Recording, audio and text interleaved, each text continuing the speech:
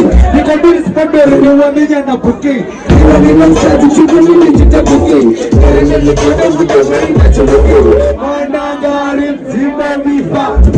Shanghai sari kwa shika. Tingaba di mkota maranda ikanita. You will never be a son of a police. Because it's a better time it's a foreign god. And we have to talk with general. This is because we have a such a run that you could carry the spirit of the man. Let's in the marathon in the summer. I'm in the summer in the summer. And it's the other to open and only play summer. No one got courage, it's a petite summer. Not on Hazard and a minute. We can go to the minute. They don't look in the corner, a minute. You got to see come up and do the you come to be so bad you political. That relax the computer that we set up a door. So what you get to do is banka. Majati when we do this not banka. When you say the holy, I reach a humble penny of the holy. I'm in the big flow, when it comes down, when it is up at the moon, when it's on God's man, they come block. That's a part of my pretty much over my road. It's one day in a million dollars.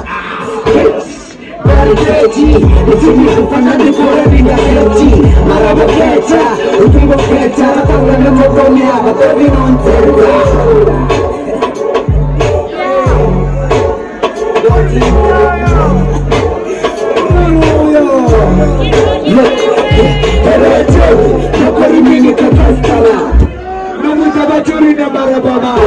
Unatoka ile tuwileta Madimu firanga urepo na blabanga skoma Rockman nubeleka respect Niyateka nothing in much impact Talent ya dudu wana tigoro niko second man Siteni mapumba nisango si neglect Hip kureva kabare na boro Nesa nikoda basipa kitamoni Kada pina vitima kada piko wabi Waskoro uko cheni wakara uko pasi Niko tunga ya sayene suko poresa Kata number one zuko mboni ya promise Nili nitoka tere nisatone nyosindisa Nani dipumara usata tunikonomisa Nabari gare akore chupochi chuku mama damu la slime manga mbira Vayam kamera basta bukungu mbira na nambora Karimini Koko zutambo niya dina Radiri chama na mwana nitamo amanga dina Come through, don't fuck with us in the room, never 40K, please, can you do?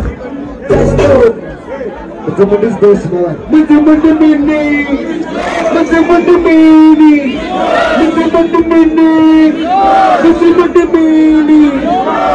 are doing it for a bad day. This is that perfect be to go to where I just want that 10 minutes can I be? Let me give you a second.